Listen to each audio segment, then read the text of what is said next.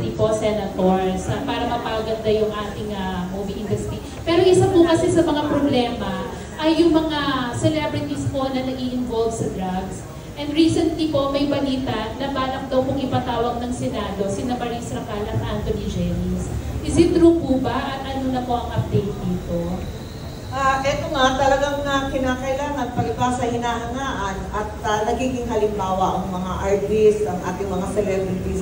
Kinakailangan they should be held to a higher level of conduct and morality. Ang problema kasi, sila ang ginagaya ng kabataan, sila ang iniidolo, tapos sila pa ang nagkakalat. Huwag naman sana.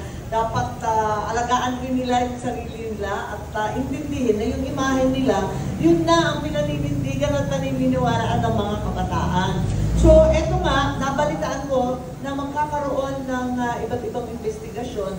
Unang-una, parati kong sinasabihan ng ating mga law enforcement, huwag kayong masisindak kahit artista yan na sikat, imbestigahan ninyo at talagang patawan ng sapat na parusa. Hindi naman na dapat inaareglo, palibasa may kaya, may abogado at natatakot sa may hawak. Huwag ganon, dapat talaga tuloy-tuloy. Dapat mas stricto nga kung tutuusin kasi parang opisyal na rin sila kasi hinahangaan ng todo.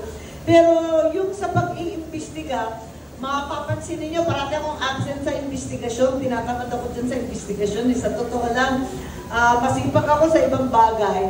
Pero pag-investigasyon, para sa akin, kapag nag-imbestiga na at nakita na may ebidensya na, tigil na. Tama na, i-turn over na sa ating mga investigador na totoo, yung CIDG, NBI. Ibigay na sa mga professional, higit sa lahat, patawan na ng kaso, dalhin na yan, kalat-karin na yan sa korte. Kung may sala, parusahan na. Wala nang ekse-eksena. Yun na ang problema natin dyan. Nasisira tuloy yung pangalan ng ibang politiko na sinasabi, hindi na daw in aid of legislation, kundi in aid of re-election. Hindi dapat yun. Kasi hindi naman kami huwes Hindi naman kami magko-compete. Hindi naman namin kayang patawan ng kaso. Hindi kami maghahay ng anumang criminal asunto. Wala naman kaming kapangyarihan na magkulong ng miskisino. I-turn over na, kaagad-agad, para maparusahan na yan sa lalong madaling panahon. Very well said, Senator Amy.